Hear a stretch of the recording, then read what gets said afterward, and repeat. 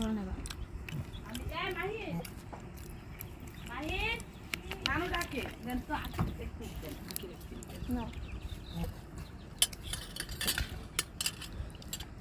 ও তুমি কি এমনি মাঝে মাঝে বানাও নাকি?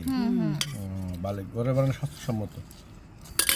কেমন হয়েছে? আমি খাইছি, মজা হ্যাঁ, মজা হয়েছে আলহামদুলিল্লাহ, অনেক মজা হয়েছে। নাকি ভালো হয়েছে নাকি? হ্যাঁ, এই খাইস না মাহি। আমি তো অনেক বছর পরে খেলাম কিন্তু না।